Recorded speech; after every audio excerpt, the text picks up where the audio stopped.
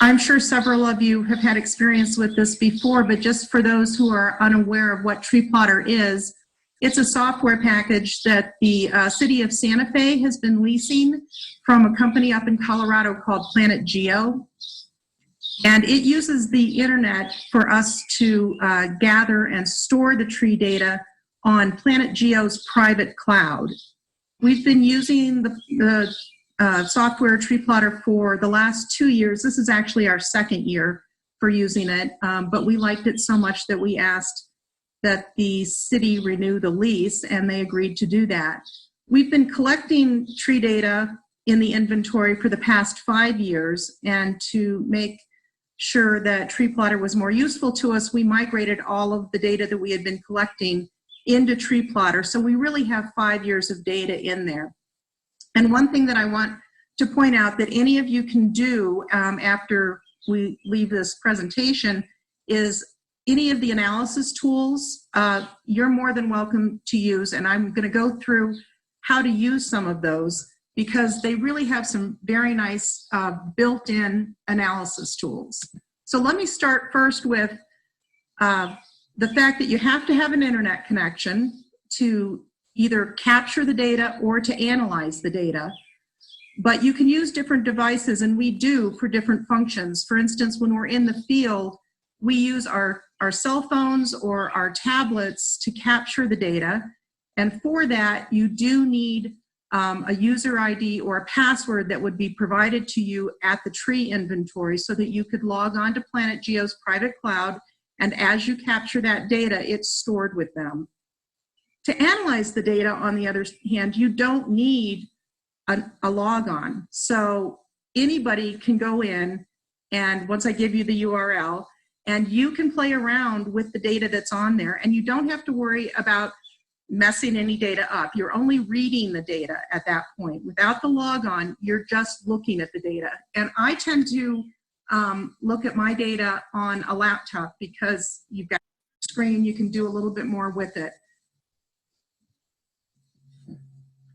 So at the bottom of the page, I've given the URL that you would type in, and if you want to write this down, you can, but it's www.pg-cloud.com/New Mexico. And whether you use a laptop to do the analysis or you use a cell phone to capture the data, you go to the same, you go into the internet, you go to your browser, and you enter this into your browser. And I'm just going to point this out because it took me a while to figure out why it was pg-cloud.com that I was logging into to do Tree Plotter, but it's because PG stands for Planet Geo, and it's their cloud that we're using. So once you do this, you'll see the arrow at the top. I've put in pg-cloud.com/New Mexico into my browser, and on my laptop, this is the first page that I see. I'm going to go through the analysis part with screenshots from my laptop, and it will look a little different when I switch over to show you how to capture data using your cell phone. So you get a bigger picture here with the laptop. And I just want to point out a couple of things on this page. One is you'll see over here where it says no filters applied. We're looking at everybody's data at this point in the state of New Mexico, and you'll see that each of these little tree icons represent a municipality that is also storing data on Planet Geo's cloud. And if you look over to your right, you'll see the list of the municipalities, one of which is Santa Fe, and that's the one I'm going to concentrate on in this talk. So once you click on Santa Fe, your picture on the laptop will look more like this. And the first thing you'll see is that you do have filters applied, and that's because we asked only to look at Santa Fe. You'll notice that we're in the downtown section of Santa Fe when it opens up. And on the left, these are a couple of things that you will see on the screen routinely, and I just want you to get used to seeing them. The toolbar on the left, you're going to use the plus to zoom in and out of the screen as you want to get more and less detail. And then finally over here, the legend.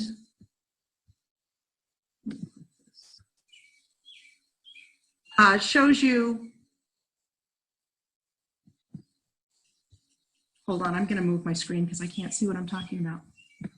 Okay, so the legend on the right-hand side shows you that we are looking at the tree layer. So all those little colored dots are the trees in downtown Santa Fe that we have inventoried at this point.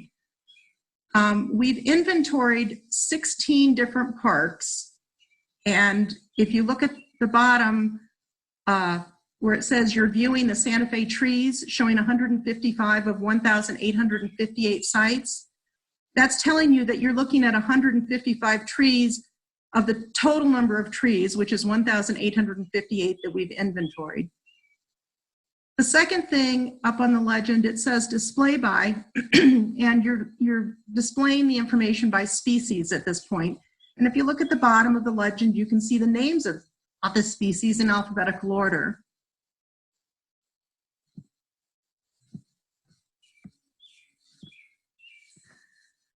I'd also like you to notice that you can display by a number of different things. It's a drop-down list, and right now it says that we're looking at species, but some of the other attributes that you could look at instead of species are condition and DBH.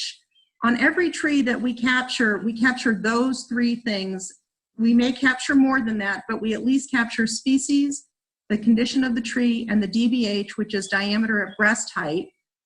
And so I can change what I'm looking at on this screen. If, for instance, I wanted to look at the condition of the trees, I can pick condition from that drop-down list, and you'll see that the color scheme has changed on the trees that we're looking at. And if you look at the legend, rather than species lists, it's now the condition list that we choose from. And you can see that we go anywhere from dead and dying trees to excellent trees and everything in between.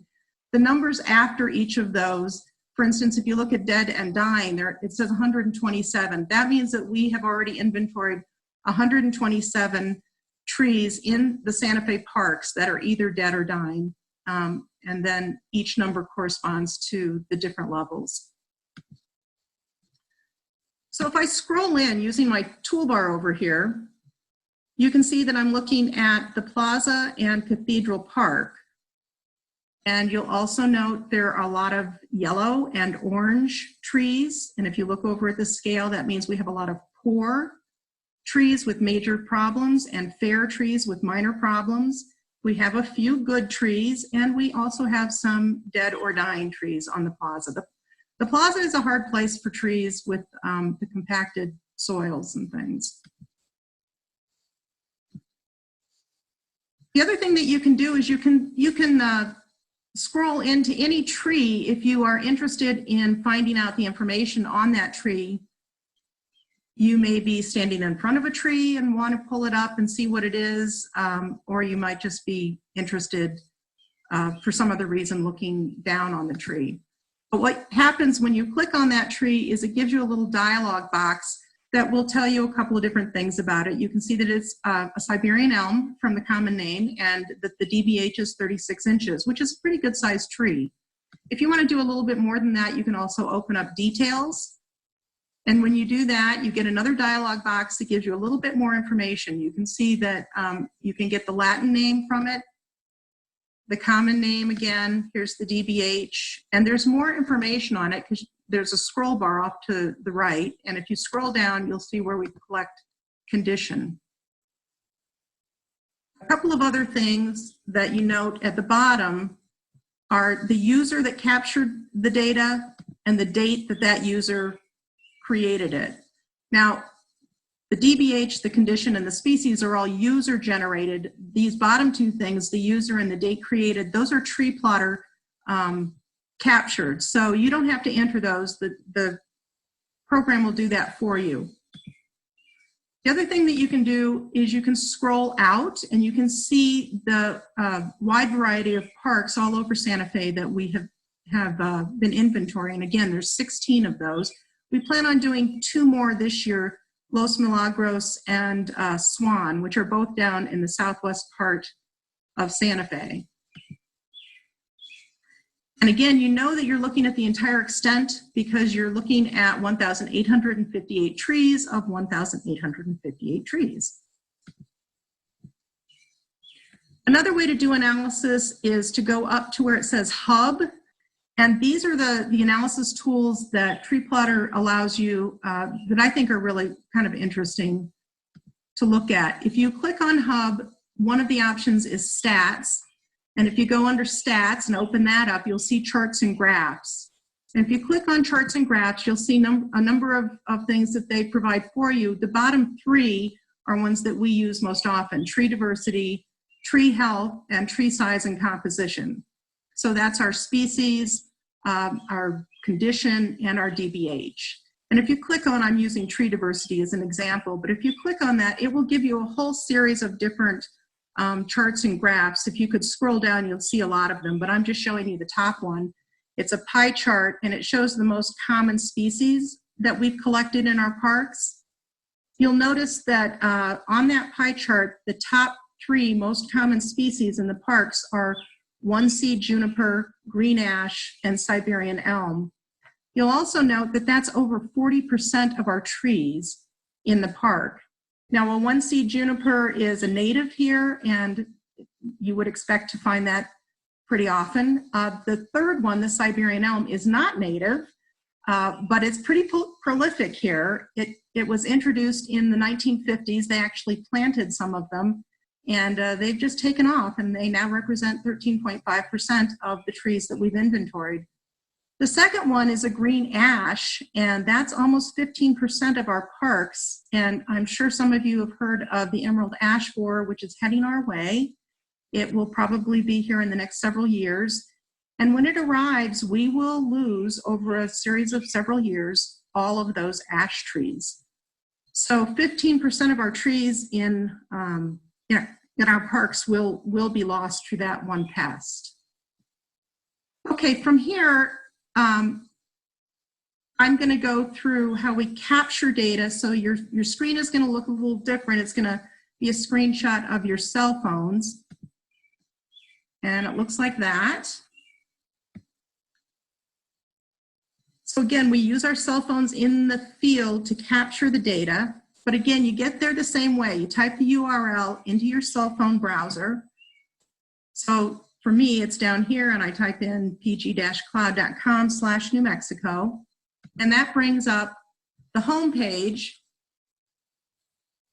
Excuse me again, I'm going to move my picture.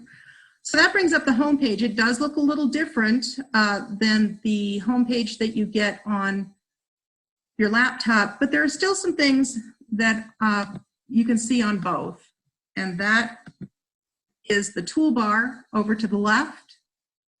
And then you'll also note that the legend with the municipality names basically covers up most of the field. So if you actually want to see the trees underneath the legend, the way you close the legend is with this little arrow down here.